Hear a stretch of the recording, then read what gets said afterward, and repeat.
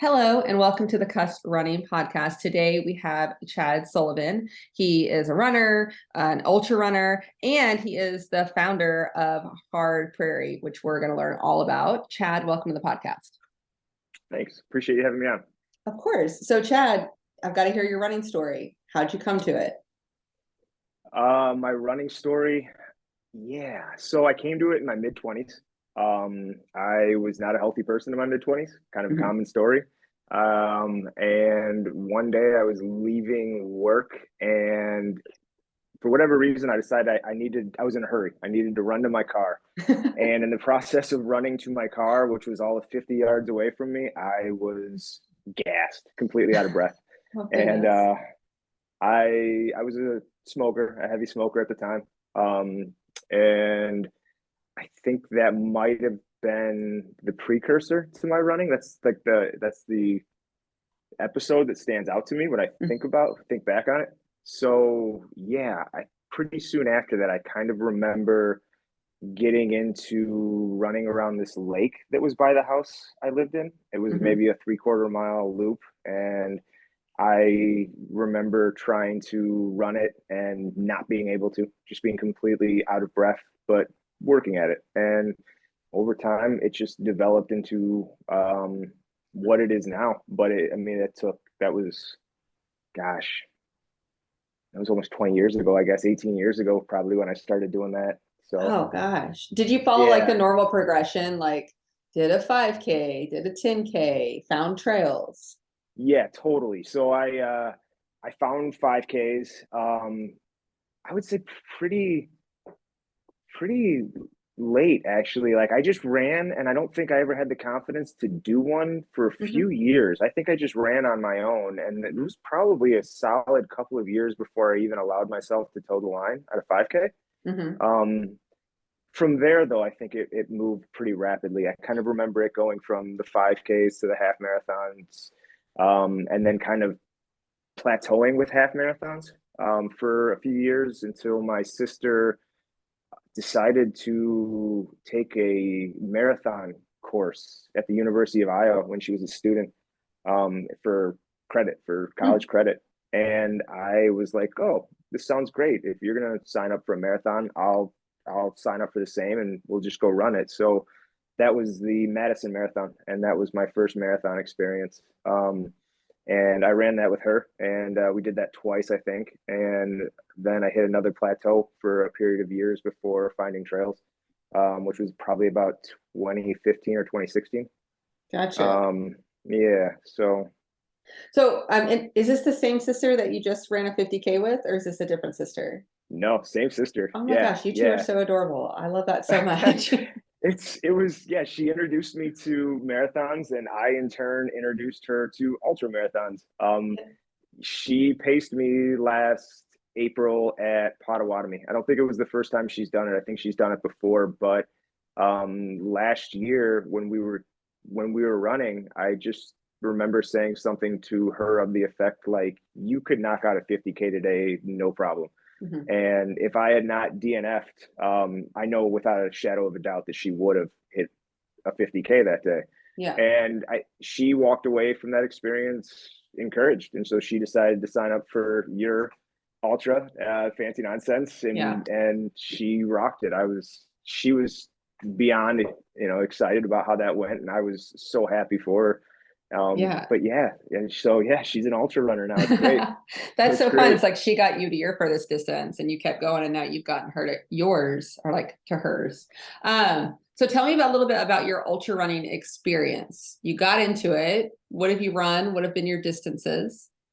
So I got into it in 2015 or 16. I don't remember exactly which year it was. My wife is from Pekin, Okay. and we would go down there to visit her parents, and her parents live off of this road called Sheridan Road. And there's some woods down there, and I remember seeing a trail and telling my wife that I wanted to go run there. Well, it happens to be um, where they hold the Potawatomi trail runs. Hmm. So my in-laws live like a 1/4 mile from that course, and it's great for us because we can go down every year and spend time with family, and then I can go and have my adventures at Potawatomi or misadventures or But so I've done that race pretty much every year since 2016. I've done the Galena Sky Race. I've done I believe I've done 3 of your races. Yeah, you have. Yeah. And honestly, that's really about it. I know that there's some other ones sprinkled in there. Yeah. I've done McNaughton a couple of times. I don't really travel too much. I was about to say you Uh, keep it really local. I do, and that's part of that has to do with just time, with Yeah. with time, being able to take time away from work. I love running other places, but being able to, I don't know, break away, I guess sometimes isn't always the easiest for me, and uh I just, yeah, I don't know. There's no specific reason why not. One day I will branch out, but for whatever reason, I've kept it local. Yeah, I think that's cool because there's still so much in this area to do and so many races that you haven't done. Like you could entertain yourself for years just running through the races Totally. around the And area. totally. And I Mhm. love Illinois, and I think that there's a lot of great qualities about the races that we have here. And and I've been to races elsewhere, and I've paced, and I've had the good fortune of going out to Western states and seeing that whole thing go on, and it's wild and it's fantastic. And those are events that anybody might want to one day dream about towing the line. And but it's not a strong desire for me. It's I my heart kind of rests here, I guess. Yeah. I love that. Okay, so I know that like you write for Eat Clean Run Dirty, and I know personally that you've gone out to Western states and you've shot videos. So tell me how that came about, like that aspect of the running life. Yeah, so I ran Potawatomi in 2020, and I saw a post on Facebook afterwards asking for race reports, and it Mhm. was from Jessica Vanden Bush, who is the editor of Eat Clean Run Dirty. And as somebody who has always enjoyed writing, I just decided on a whim to send it to her.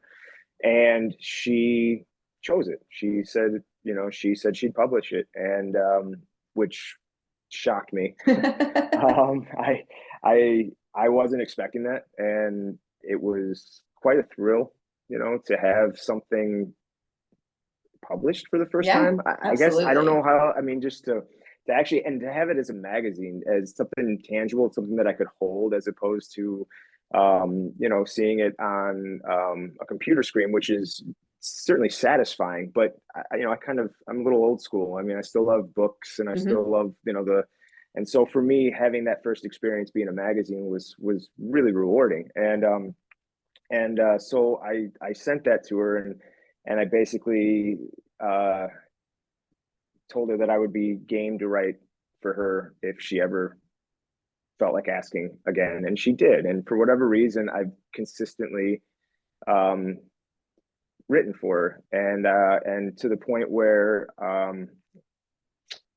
I mean, I guess I would consider myself a staff writer. She's called me a staff writer for Eat Clean Run Dirty, which I think is fantastic. And this past March, she was awarded, Jessica and Eat Clean Run Dirty magazine were awarded a grant from Fujifilm to go make a documentary about this amazing runner from Ohio. Her name is Annetta Zepatella, Okay. and she got a golden ticket to go to Western States.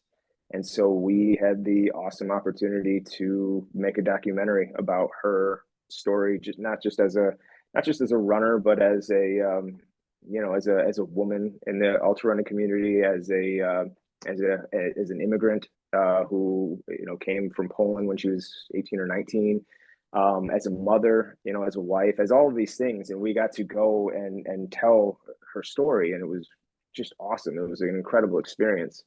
And and so yeah, being a consistent part of that group and that magazine has given me insight into things about the trail and ultra running community that I had not seen previously, and that I probably never would have experienced otherwise. Yeah. I love what you said about like just being able to like tangibly hold your writing. And even then, like when you're talking about, it's interesting to me, you're doing this thing that I see people do in the running community where they're like, oh, I'm not a runner, or I just did this distance. You're not even calling yourself a writer. You're like, I guess you're a writer. You've been writing for Oh how, no. you're a writer. See, and I have terrible imposter syndrome about that. I Uh-huh. don't have a lot of confidence in my writing. Yeah. To be completely honest with you, I'm not a confident writer. I know that I love doing it, and I know that I work very hard at it, and I know it gives me a lot of satisfaction. But I don't have a great deal of confidence in Yeah. the output, and it's just it's one of those things. It's that's my thing. Like that's my anxiety coming to the Mm-hmm. fore, I think. Yeah. And but it doesn't keep me from doing it. I mean, Yeah. it's hard work for me to write because I do labor over it, Yeah. but it's so satisfying when it's done, Yeah. that I can't stop doing it. Yeah. I love it. I'm going to tell you a fun fact about me, which I think you're going to enjoy. Please do, yeah. I also write dumb little stories, as you can imagine. And I got the very huge thing a few years back is I wrote this short story and I submitted it to the Kurt Vonnegut Museum, Memorial Museum, and it got picked. And so it's in one of those anthologies. And oh my gosh, just you can imagine how delighted that was for me to like one, see my name there, but then be attached to obviously my favorite author. But I still like I've written dumb stories that have been published, and still the same thing. I'm like, I would never tell anybody that I'm a writer ever. You But know, why? I Why? know. Why do we do this to ourselves, Chad? We're Right. both writing. Yes, exactly. And it's funny because when you and I spoke some months back Mhm. about, the interview that you and I did for Hard Prairie, Yeah. um, you know, I had the awesome opportunity after that to go take the photos. And when I was looking at the photos that I had taken of you at the race, and I started to pay attention to the tattoos on your arm, and Yeah. it was the one on your arm, the So It Goes. Yeah. And it stopped me because I happened at that point in time to be reading a book called Pity the Reader, Hmm. which is a book about Kurt Vonnegut's lessons for writers, Hmm. but it also serves as just this really beautiful, almost autobiography of his process. Hmm. And so it just kind of happened that I was reading this book while I was talking to you and seeing, these tattoos on your arms, and it just struck me. It came together like right then and there, and I don't know, as a personal fan of Vonnegut, I just thought Yeah. that was the raddest thing It because really made I me love laugh. it. Yeah, reading Yeah, that afterwards, I was like, he and I never talked about Vonnegut. Like, how did he? Because I would know, and I was like, how did he get there? And I was like, no, he just saw my tattoos and was able to like I peg one of did. them, a whole sleeve. Yeah, a whole sleeve of Yeah, and Vonnegut. I love Yeah, it. yeah. I got the first one the day after he died because it was really upset. I first read him when I was 14 years old. My sister gave me Cat's Cradle, and it changed my life. Changed my First book life, I ever read. Yep, first of his completely too. changed my whole outlook on everything. And it's a book like I keep copies of it around to give to people all the time. Mm-hmm. I've given it to my friends, I've given it to other sisters. Like it's just it's so funny that you spotted that on me because it's not something that I would have really taught. Like running, when I'm in running world, I talk about running. Right. Most people don't pay attention to even like my knuckles say read more, and most of my stuff is book references. But Chad, you're a writer, and that's the whole point of this, is that you're So can I ask you real, just as yeah, we're on the topic, yeah, go for it. favorite Vonnegut book? I mean, Cat's Cradle is my favorite of all time. Okay. Okay. It just has to be his short story, Harrison Bergeron, is another thing that I come back to. I come back to Cat's Cradle every year, but I Mm. make myself go through it. So like Player Piano, obviously. God bless you, Dr. Rosewater. So good.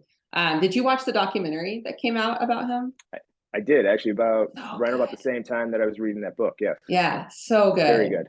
So good. Yes.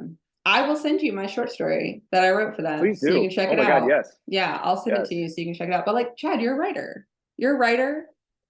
Say You know, it. okay, I'm a writer. Yeah, Okay, I can good. definitely. You know what? The funny thing is Vonnegut would consider me a writer. Yeah, because he's got a exactly. very he's got a very broad, beautiful definition for what he considers a writer. Mhm. And it's funny because I would hold other people to his definition of that, like just Yeah. in terms of being as somebody who would sit down with a piece of paper and a pen or a computer or whatever and just express themselves Mhm. in a very genuine way. I think Vonnegut would consider that a writer. Yeah. And I would look at somebody else and say that same thing. It's just funny that I don't hold myself to that same standard. But yeah, Yeah, of all right, I'm course. a writer. I'll You're take right. that. Okay. Yeah. What is your favorite Kurt Vonnegut? See, I go back and forth between either Bluebeard or Mm. Galapagos, Oh, those are classics. I'll and I don't. sometimes Breakfast of Champions is a solid one that's up there for Yes, me. and Slaughterhouse-Five is never up there. see, I like it. I I do. like it, but it's Um, never up there for me. um, yeah, I think it's probably my third Yeah. favorite Vonnegut book. It really is. I think Cat's Cradle would be fourth, even though that was my Okay. entryway in. It's a little hurtful, but There's okay. just some. No, it's I'm just lazy. it's. But you know what though? Like I would say that Cat's Cradle is I know for a fact that is the one I've read the most. Hmm. I've read that at least 2 or 3 times. Yeah. But there's something about the imagery in Bluebeard, especially at Yeah. the end of it, that just Yeah. is so striking to me that I can vividly remember Bluebeard probably better than I can remember any of his other books. Yeah. That's Yeah, fun. I don't I know. love this. I love this tangent that we went on I Vonnegut. did too. Okay. Yeah, this is great. All right. So, Chad, you have launched very recently, just a few days ago, Hard Prairie. Talk to me about Hard Prairie, where the idea came from, and what you hope to accomplish. Yes, this is great. So, um, back in March, my brother-in-law and I, Tim, got to go out to California as part of E Clean Run Dirty magazine to write a story about a guy named Michael Lee who was attempting to run 300 miles up and down Mount Tamalpais, just Okay. north of San Francisco. And his goal was to run 300 miles up and down the mountain and get 100,000 feet of vertical climb in the process. That was his goal. And through random back channels, I somehow got connected with him, and I was able to go out there for the day and follow him around. And in the process of doing this, Tim and I had a blast, and we were like, we got to do this again, but we didn't know how that was going to look. So fast forward to May of this year, and I was in Ohio with the film production crew for the documentary about Nettie. And we were sitting around one night after shooting, and the rest of the crew is from all over the country. So Jessica at the time was living in Idaho. One of the other um, um, photographers was also living in Idaho, and then the other cinematographer was living in Washington State. And so it was people who were from everywhere, and we were just talking about our experiences running, and they had all these beautiful stories about running in the mountains and mountain lion experiences and so on and so forth. And I made the comment that in order for me to run vert, I have to run up a landfill mound. Like I literally have to run up and down a mountain of trash. And they looked at me like I was from another planet. And it occurred to me in that moment that those experiences aren't understood outside of here, outside of Illinois, outside of the Midwest. Um, and so driving home, I was like, that's it. I want to tell local stories. I want to tell the stories of people who have to do kind of absurd things in order to meet their goals. And so Tim and I kind of started talking. My sister got involved in this, and we just decided we wanted to tell stories about runners from Illinois. And this, we kind of thought this could be broad. I mean, it could be about the races in Illinois. It could be about a runner from Illinois running a race elsewhere. It could be about a runner from somewhere else coming to a race in Illinois and sharing their experiences of what it's like being from, I don't know, Utah and running in Illinois and how that's different from what they're used to. And we just thought that it was a broad way to kind of open up a dialogue for kind of what is remarkable here with what we have, because it's so unique.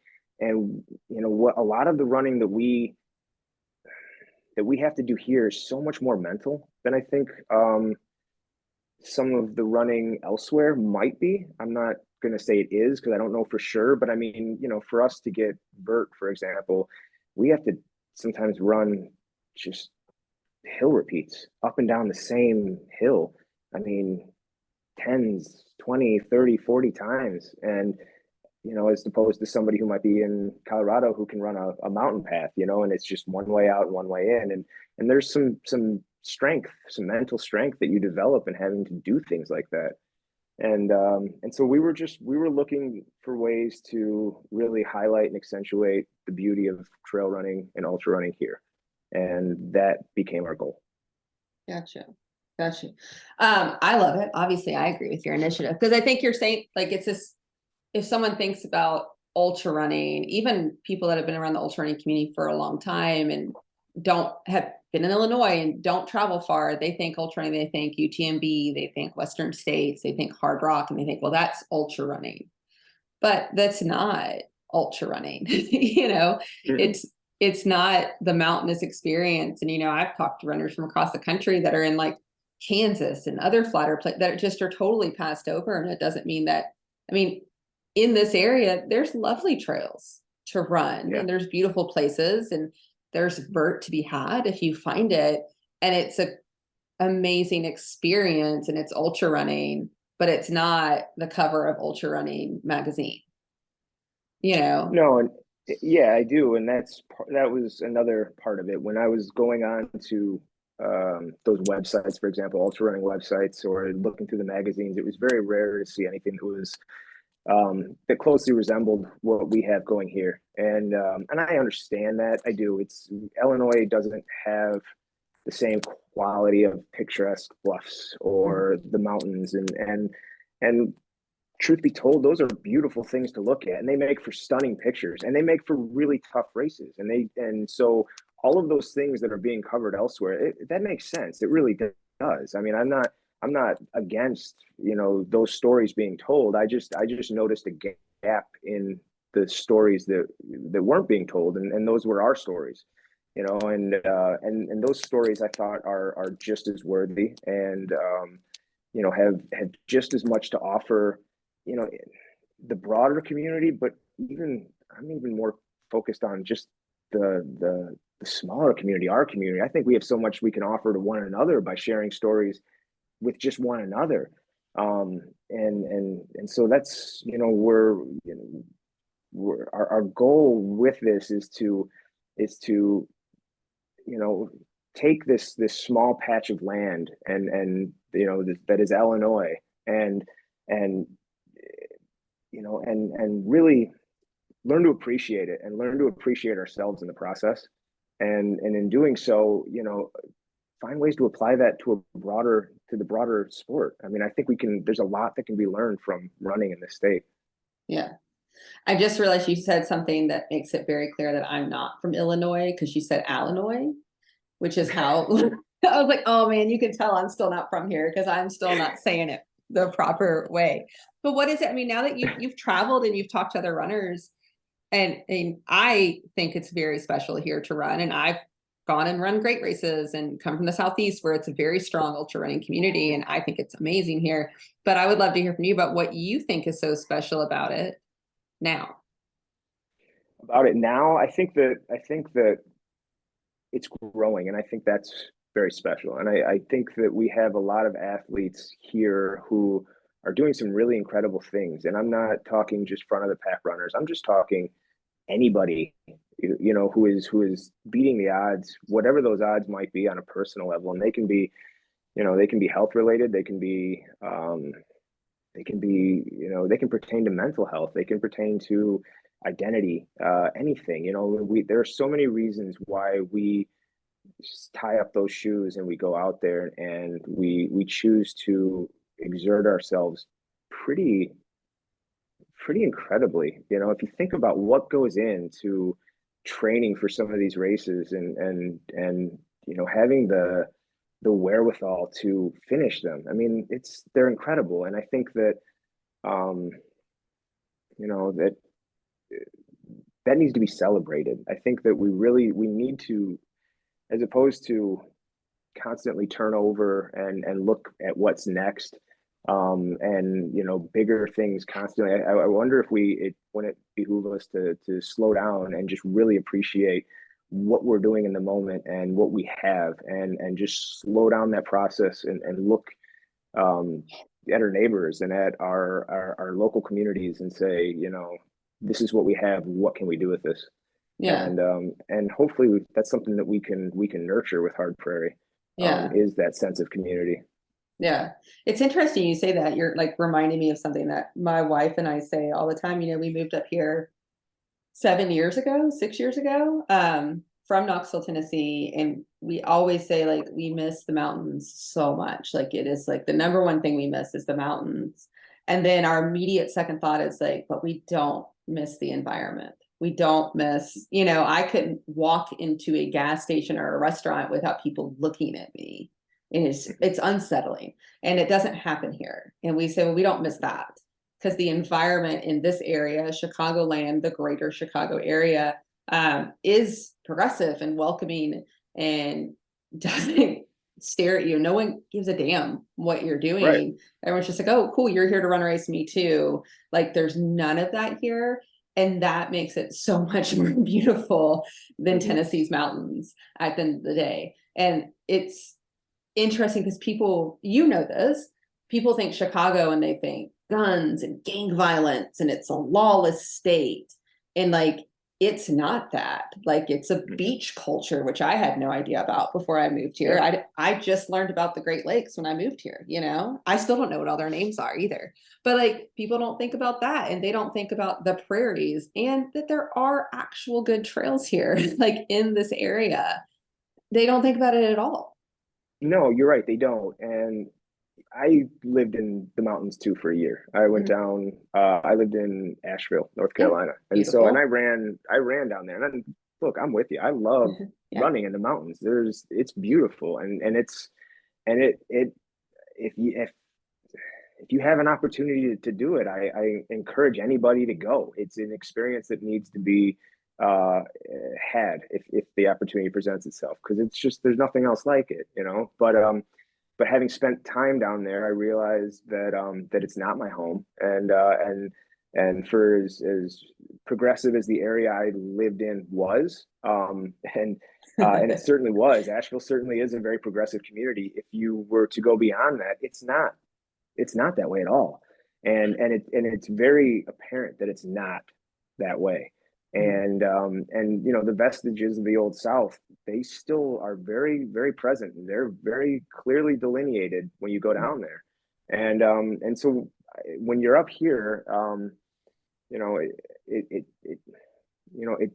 it doesn't feel like it does down there. At least it doesn't for me. And my experiences are certainly not the same as yours, but I just, as somebody who sees stories about Chicago gun violence on CNN every Monday because they're recounting the shootings that were had over the weekend, I think that's a very unfair presentation of what the city is. And the city's a beautiful place.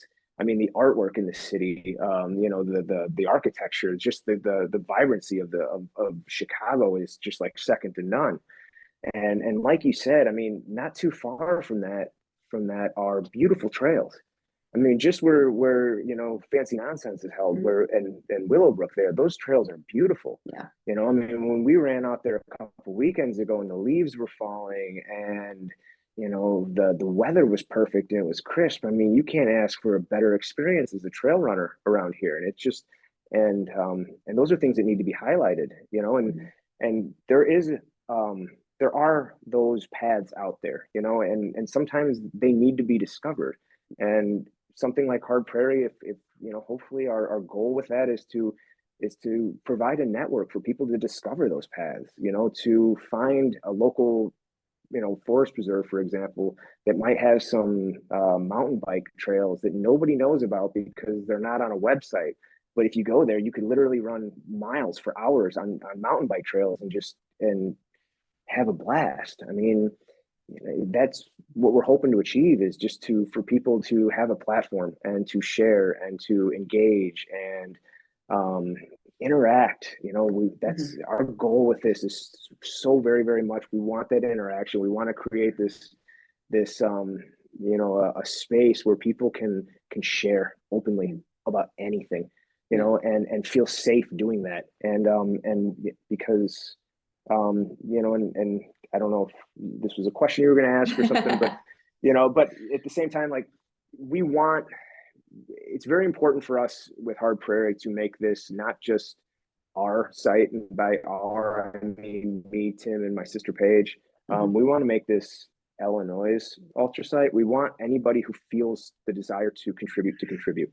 If that's an idea, a story, photography, race reports, um, going back to what we were talking about earlier, this idea of being a writer. Even if you don't feel like you're a writer, but you enjoy writing, please, please, please share with us. Share with us. If you're not comfortable or confident in your words, we have people who will edit them, and we'll look through and help with grammar or something like that. We're here to really work with people to get their stories out there, because I don't want this to be an echo chamber or something where it's just my words going out to the public. I want this to be as many different voices creating a a really colorful, vibrant community, and a place where opinions can be shared openly, and stories can be celebrated with people who have common interests.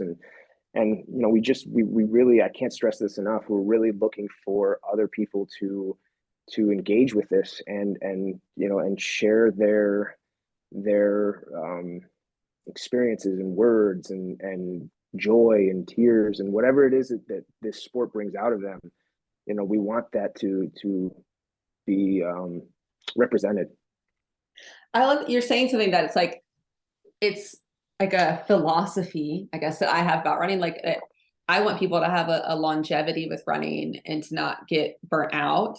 And what you're offering up on the table for the specific community, but even as like an idea for other communities where it's not as strong, as like to get people involved in their local running community, in their local trail running, in their local ultra running. Because I think by doing that and having a network here locally, you have longevity in the sport and you stick with it longer, rather than like if you Totally. just feel like a lone trail runner and you always have to travel to go and have your ultra running or trail running experience, like you're going to get burnt out and you're going to feel as connected. Whereas like if it's just something you're getting experience weekly, monthly, whatever, like you're going to stick with it longer, which is good for the individual and also good for the community as a whole, to have people that are staying with it. It's not just like a in and out cycle. So I just love Yeah. this idea that you've created so much. And I couldn't agree with that more, because I think one of the things that I always find remarkable is when you go through a results page on after a race, and you just kind of scroll down and see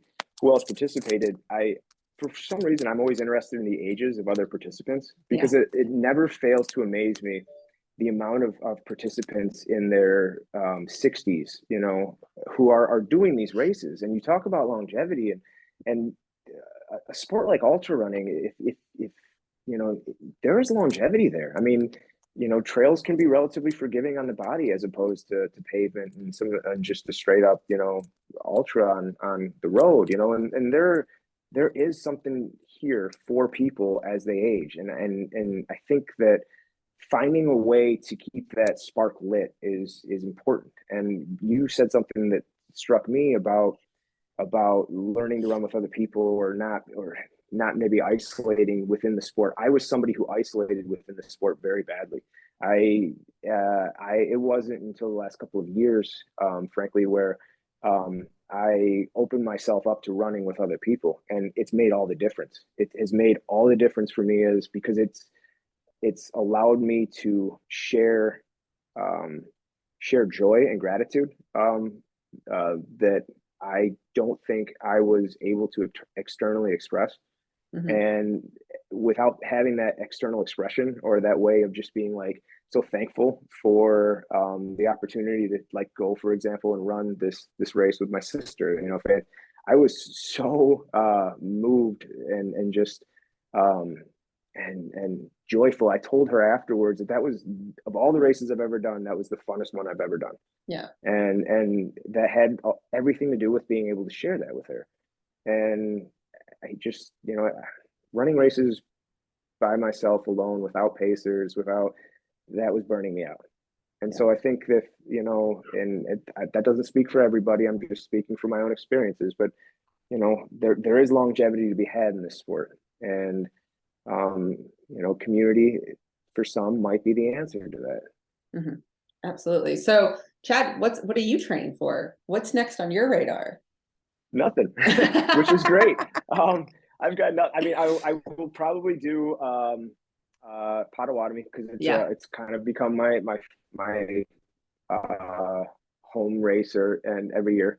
But I don't have one on the docket right now. I kind of thought about maybe spending next year trying my own things, in the sense where I might adventure runs. I was kind of yeah, exactly. Like where I might just say, all right, here's point A and point B is so many miles away, and I'm just going to go there.